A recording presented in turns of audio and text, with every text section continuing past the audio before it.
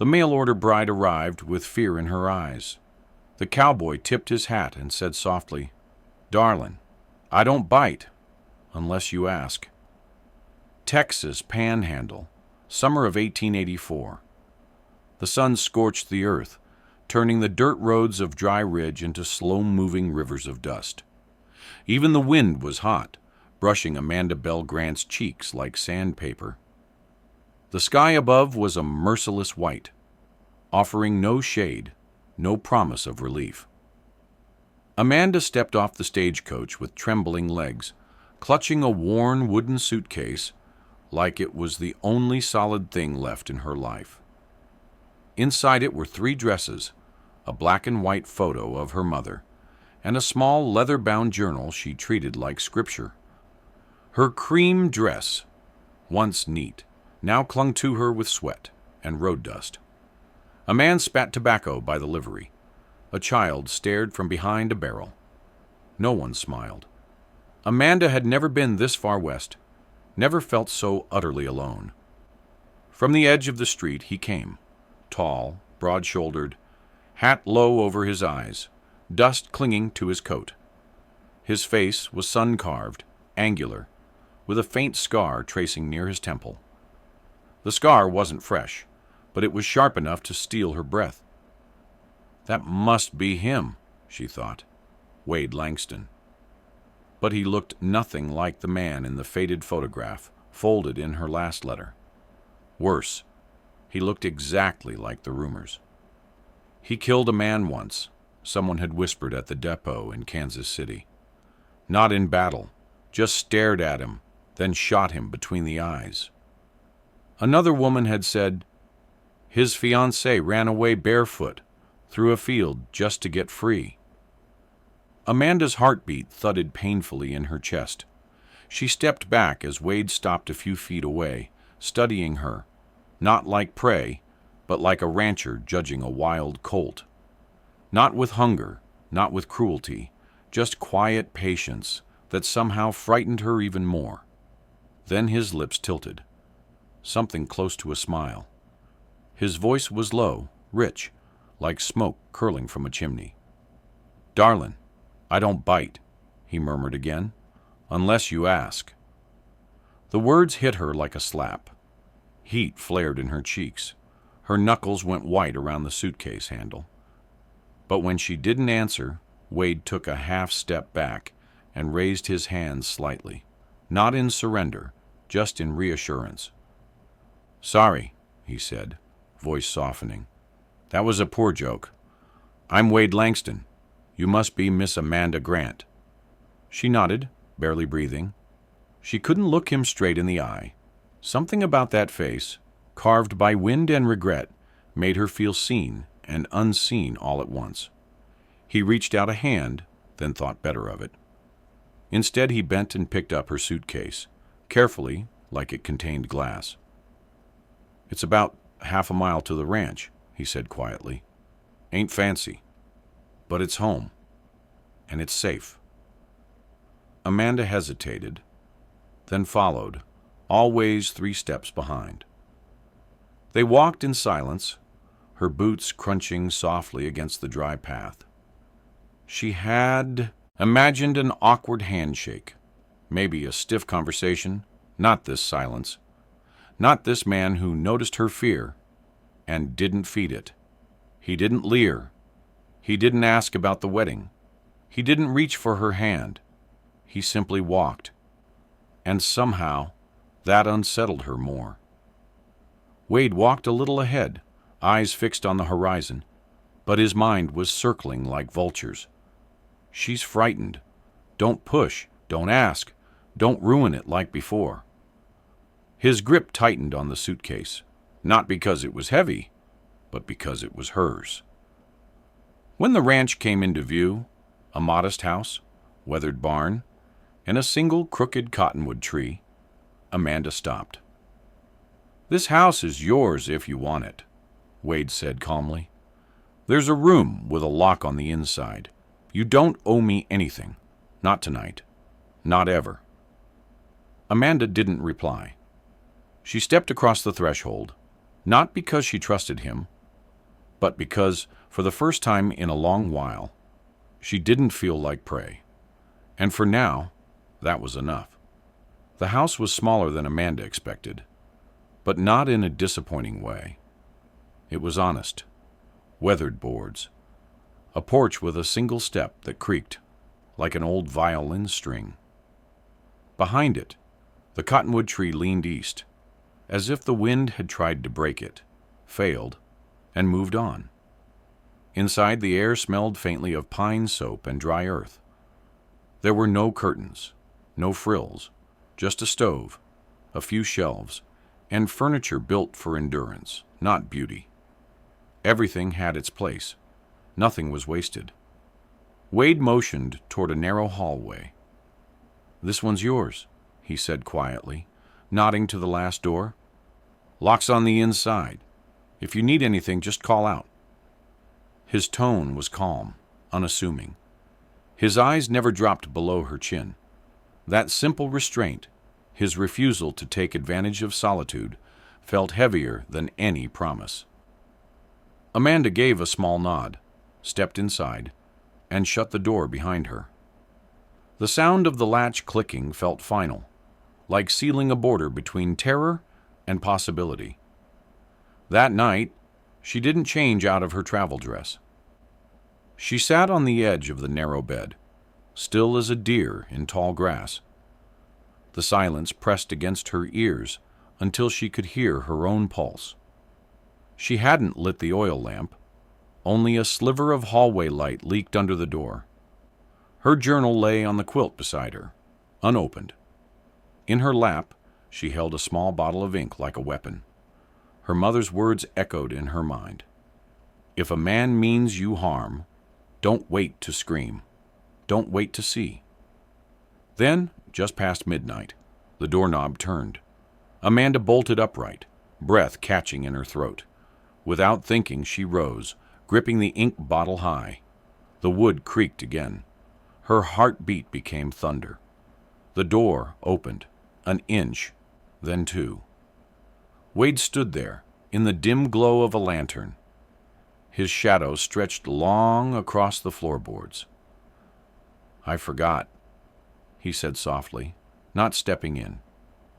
"Nights get cold out here. That blanket's too thin." He knelt and placed a folded wool blanket on the floor. Beside it, he set a ceramic cup and a tin pitcher of water. That was all. No lingering. No words that cornered. Just that small act. Then he closed the door. Amanda stood there for a long time, the bottle trembling in her hand. Finally, her arm dropped. The ink rolled across the floor and stopped against the wall.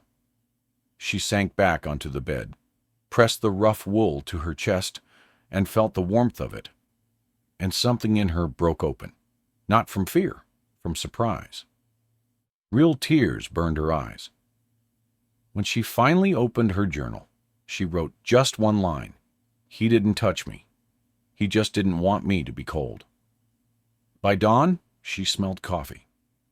When she opened her door, a fresh cup waited on the small table, still steaming. Next to it lay a square of cloth, wrapped around a warm piece of cornbread. The air outside carried the scent of cut grass and smoke from the barn stove. She stepped to the porch, shielding her eyes from the rising sun. Wade was out back, swinging a scythe in smooth, even arcs. The rhythm was almost hypnotic. When he noticed her, he didn't wave, didn't stare. Just said, "Coffee's hot if you drink it." She did. Later that morning, while exploring the yard, Amanda found a small patch of soil behind the shed. Tiny green shoots were breaking through the dust, white chrysanthemums, her mother's favorite. She knelt and brushed her fingers over them, her throat tightening. Wade's voice carried over the fence. "My ma used to say, if you plant what once made you happy, maybe it'll find its way back." Amanda didn't answer. She just nodded faintly, touching the pendant at her neck. The air was still warm, the sky a relentless blue, but something in her chest felt lighter, like the first cool breath after a long fever. That evening, she walked behind the house as the sun sank behind the ridge. The old cottonwood tree swayed gently in the dusk light. Its branches were cracked and bent, yet alive, covered in new buds. Wade joined her without a word. "The wind'll snap your branches sometimes," he said, "but if the root's good, you grow back." Amanda looked at the tree, then at him. Her lips curved, not wide, not certain, just enough. And this time, it was real. It was the fourth morning since Amanda's arrival, when the rhythm of dry ridging changed. The air was heavy with heat, the kind that slowed a man's breathing and made the world shimmer like a mirage. Wade rode up from the ridge line, his shirt torn and shoulders streaked with blood. Amanda was on the porch, coffee cup in hand, when she saw him dismount with a sharp wince. The color drained from her face. "You're hurt," she said softly. "I'm fine," he muttered, waving it off, though his arm hung lower than it should. He tried to pass her, but she stepped into his path, quiet, firm, like someone who had learned not to flinch anymore. "Sit." For a moment, he hesitated. Then, as if surrendering to something deeper than authority, Wade sat on the bench outside the door. Amanda disappeared into the kitchen and returned with a basin of water, a rag, and a small bottle of antiseptic she'd found tucked behind the flour tin. "Take off your shirt," she said, eyes steady, voice calm. He didn't move.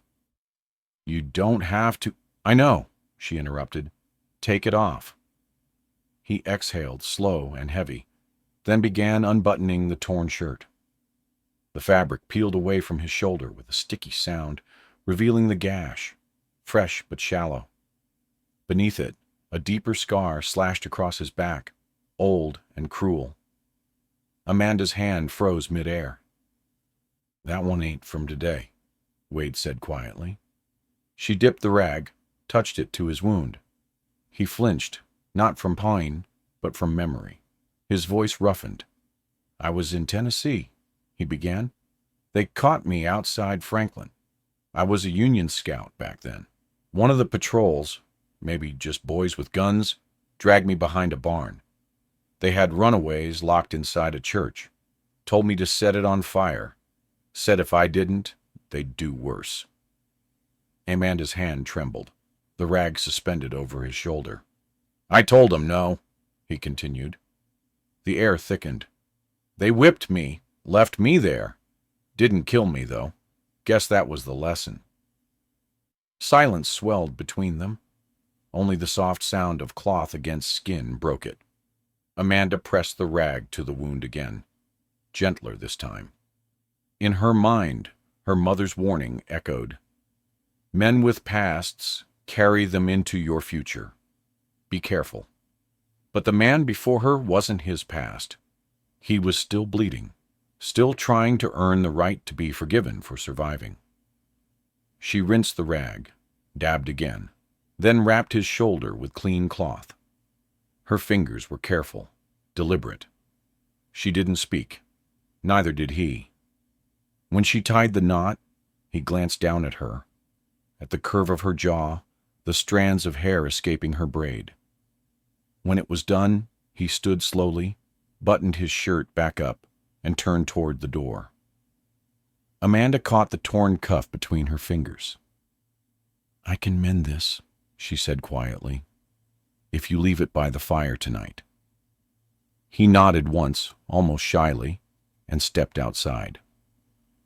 That night, Wade left the shirt draped across the rocking chair by the hearth. Amanda waited until she heard his boots fade down the hall before sitting beside the fire. The needle was already threaded. The fabric was rough beneath her fingers. She mended carefully, her hands steady, each stitch a word she couldn't say aloud. When she finished, she held the shirt up to the light. The seam was imperfect, but strong.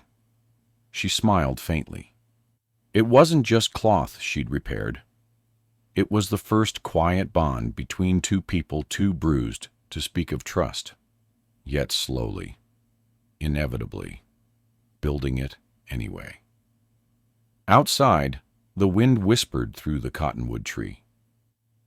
Inside, Amanda folded the shirt neatly and set it on the chair. The flames flickered low, painting the walls in amber light. For the first time, the little house didn't feel like a place she was trapped in. It felt like the beginning of somewhere she could stay. The next week unfolded in a rhythm Amanda hadn't known her heart could keep. The mornings began with quiet chores and the scent of coffee. Wade would chop wood, his shadow long in the early light. Amanda would sweep the porch or hang laundry under the cottonwood tree, always pretending not to notice when he looked her way. It was a piece stitched together by silence, fragile but real. Then one afternoon, Amanda rode into Dry Ridge. She had insisted on going alone this time. Wade didn't argue. He only handed her a small pouch of coins and said, "Be careful." The town was slow and dusty. Men loitered by the blacksmith. Women bartered near the store. Amanda kept her eyes low, her words polite, never lingering. Still, she felt the stares. She was the stranger who lived with the scarred rancher. People always whispered about things they didn't understand. Inside the general store, the air was cooler. The smell of flour and kerosene was oddly comforting. She began speaking softly with the shopkeeper's wife about sugar and fabric when a voice behind her froze her heart. "Well now, if it ain't little Amanda." She turned slowly. The man standing there was tall, lean, his face carved by years of bad whiskey and worse memories. His eyes, sharp and mean, carried the same darkness that haunted her dreams. She couldn't breathe. He leaned closer, voice low, mocking. "You can run west, girl," he said, his breath sour with tobacco. "But the ashes stay on your dress. I can still smell it. Smoke and sin." The cup in Amanda's hand slipped. It hit the floor with a sharp clang, tea spilling across the boards. The sound was distant. The world tilted. Her throat closed, her chest tightened. She turned and fled. Through the door, down the steps, boots pounding the street. She didn't stop running until the ranch came into view. Her breath tore through her ribs. She fumbled with the key, scraped her knuckles raw against the latch, and stumbled inside. The door slammed shut behind her. She sank against the wall, trembling. Then came the sobs, harsh, raw, unstoppable. The kind that tear through you when old pain claws its way back to the surface. Outside, the wind stirred the grass. The horizon burned gold with the dying sun. Wade returned about an hour later. He saw her horse tied hastily by the fence and knew something had happened. He didn't call her name, didn't knock.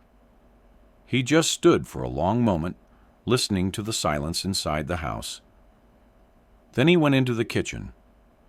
He'd ladled warm stew into a bowl, tore a piece of bread, folded a clean cloth, and placed them on a tray. Quietly, he carried it down the hallway and set it outside her door. Then he turned and stepped back onto the porch, rifle across his knees, and waited. Amanda didn't open the door, not for food, not for words. But when the night deepened, when the cold began to creep through the floorboards, she rose on weak legs and peered through the window. Wade sat there still, the porch lantern casting his profile in amber. His rifle rested across his lap, but his gaze wasn't searching. It was steady, patient, as though guarding something fragile. She watched him for a long time. The minutes stretched into hours. When dawn came, he was still there, eyes heavy but alert. Amanda opened her door at sunrise. The stew was still warm, the bread soft, the cloth folded with care. She picked up the tray, pressed it to her chest, and for the first time since arriving in Texas, she felt something stronger than fear. Someone had stayed, and that, she realized, was a kind of love no one had ever shown her before. The kind that didn't need words, didn't demand anything in return, just presence. The days after that night moved with a gentler rhythm. Amanda began to venture into town again, once a week, sometimes just to prove to herself she could. She walked straighter now. The whispers didn't pierce as deep. Each morning before she left, Wade would hand her the satchel and say, "Be safe," like a quiet prayer he didn't expect an answer to.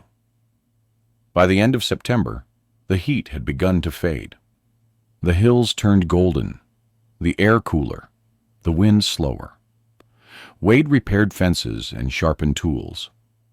Amanda tended the small garden behind the shed, watering chrysanthemums that had somehow taken root in the dry Texas soil. One afternoon, as she left the bakery later than usual, she saw Wade in town for the first time since that day she'd run. He stood near the edge of the square, sleeves rolled up, hammer in hand, patching a widow's fence. The woman, Mrs. Edith Miller, sat on her porch, watching him with watery eyes. She had no sons, no help, no family left. And there he was, sweating under the sun, fixing something no one had asked him to. Amanda stood across the road, unseen, watching as he measured, hammered, adjusted, working until the light dimmed and lanterns flickered to life. When she finally rode home, her heart was quieter than it had been in years. That night, after supper, she sat in her small room by the fire. The house hummed with silence, peaceful and steady. From the shelf near her bed, she pulled out a new journal, one she hadn't yet dared to use. She opened to the first page and began to write. "Dear Amanda, today you watched a man do good without needing anyone to see it. You saw him offer strength without expecting thanks. Maybe you are no longer afraid of being loved." She paused, the pencil trembling.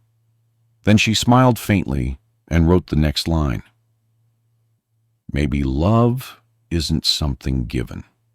Maybe it's something earned, quietly." Each day after that, she wrote again. Not about Wade, not directly, but about moments, the sound of boots on dry, boards, the way morning light hit the cottonwood leaves, the strange calm that came when someone chose kindness over pride. Her words were small pieces of peace, stitched between the scars of old fear. A week later, she was in town again, when she overheard someone ask Wade why he'd spent half a day repairing another person's fence. He shrugged, wiping his hands on his jeans. "She ain't got anyone else," he said simply, "and I've got more time than I know what to do with." There was no pride in his tone, no hunger for praise, just truth. That evening, Amanda didn't look away at the dinner table. She met his gaze and held it. For the first time, neither of them turned first.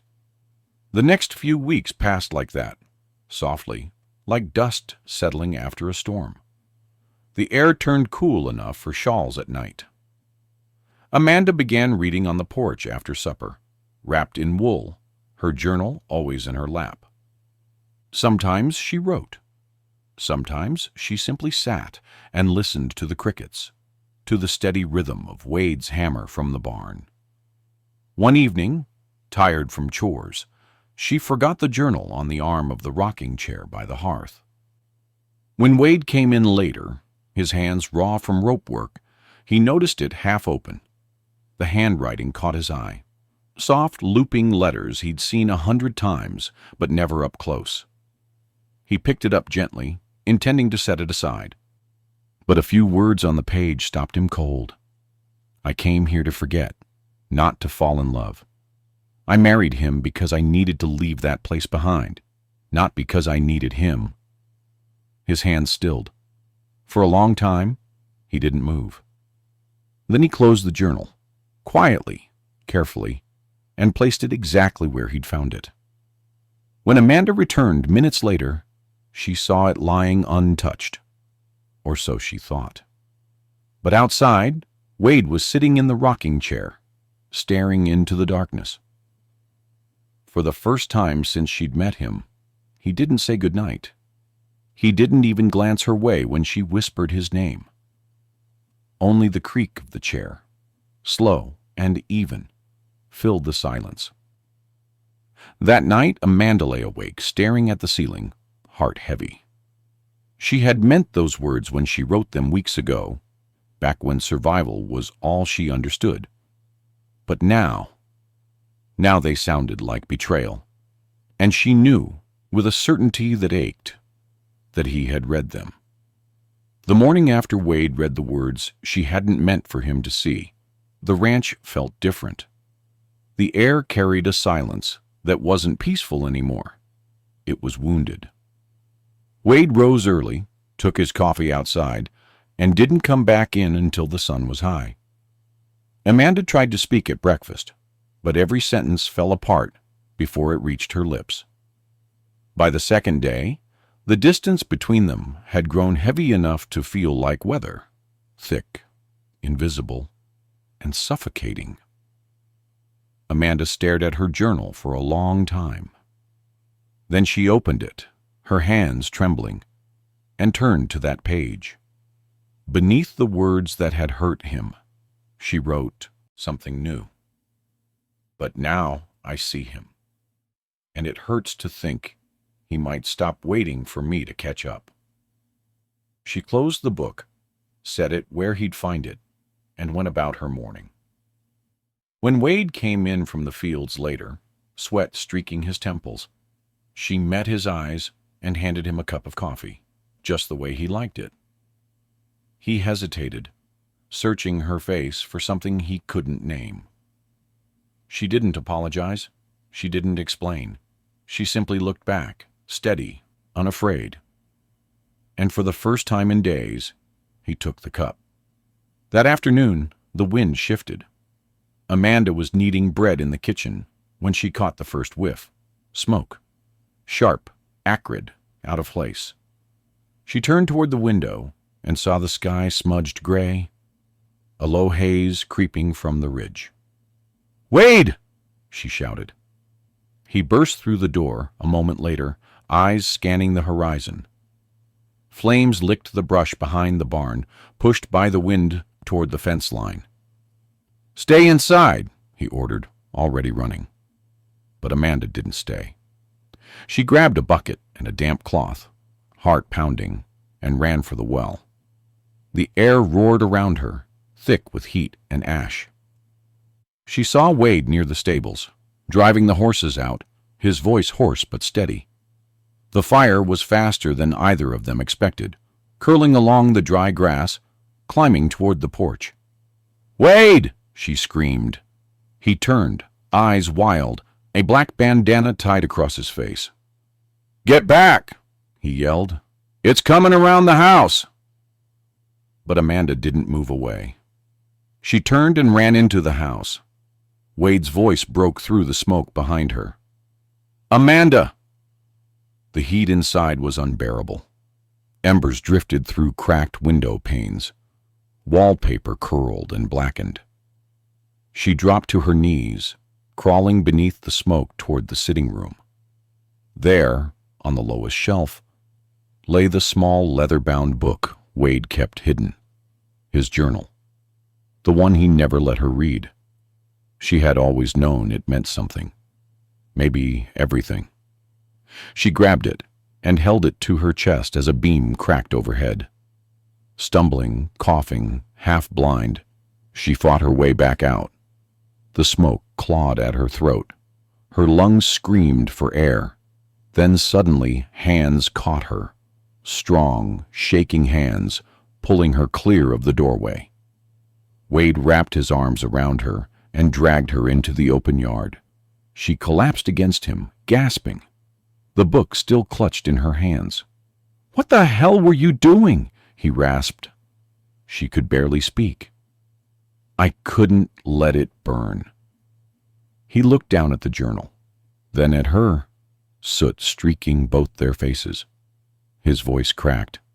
"That's just a book." Amanda shook her head, tears cutting clean lines through the ash. "No, it isn't. It's you, and all the words you never say." For a long moment, the fire's crackle filled the silence between them. Wade blinked, eyes wet with something that wasn't smoke. "You knew?" he whispered. "I guessed," she said. "But tonight, I needed to be sure." She touched his burned arm, her fingers trembling. "I came here to escape," she said, voice breaking. "But I stayed because you're the only place I've ever felt safe." He exhaled hard, pulling her closer until their foreheads met. His hands were rough, his breath uneven. But his embrace, finally, was unguarded. Behind them, the barn collapsed in sparks. The sky pulsed orange. But the fire couldn't touch what had been born in that moment. When the flames finally died, they sat on the porch together under the blackened eaves, wrapped in a single wool blanket. Between them lay the leather journal, charred at the edges, but intact. Amanda reached for his hand. Wade didn't flinch this time. He just held on, fingers interlocked with hers, the silence between them no longer empty, just full. That night, neither of them spoke another word. They didn't need to. The fire had already said everything that mattered. Spring came late to Dry Ridge, but when it arrived, it carried a softness that made the long winter feel like a half-remembered dream. The land had healed from the fire. Fresh grass shimmered in the wind, and the old willow behind the house, once blackened and brittle, now stood tall again, its green ribbons whispering in the breeze. Amanda knelt in the garden, hands sunk deep in the soil, planting white chrysanthemums in neat rows. She wore no gloves. She liked the feel of the earth, the reminder that even burned ground could bloom again. The porch door opened behind her. Wade stepped out, freshly shaven, his boots polished, his shirt clean but his hands shaking slightly. In both palms, he held something small. "I've been thinking," he began. "The first time you came here, it was because of a contract. Now I hope you'll stay because of choice." He knelt beneath the willow and opened his hands. A ring carved from the tree's old branch, smooth and dark like river stone. Amanda's eyes glistened. "You carved it?" "From the part that didn't burn," he said. "Figured if it could grow again, maybe we could too." She smiled through tears. "Yes, Wade, always yes." They danced barefoot in the grass, her laughter tangled with the rustle of willow leaves, a love born from ash, proven by fire. Subscribe to my channel for more tales of courage, redemption, and frontier romance. Ride slow, love hard,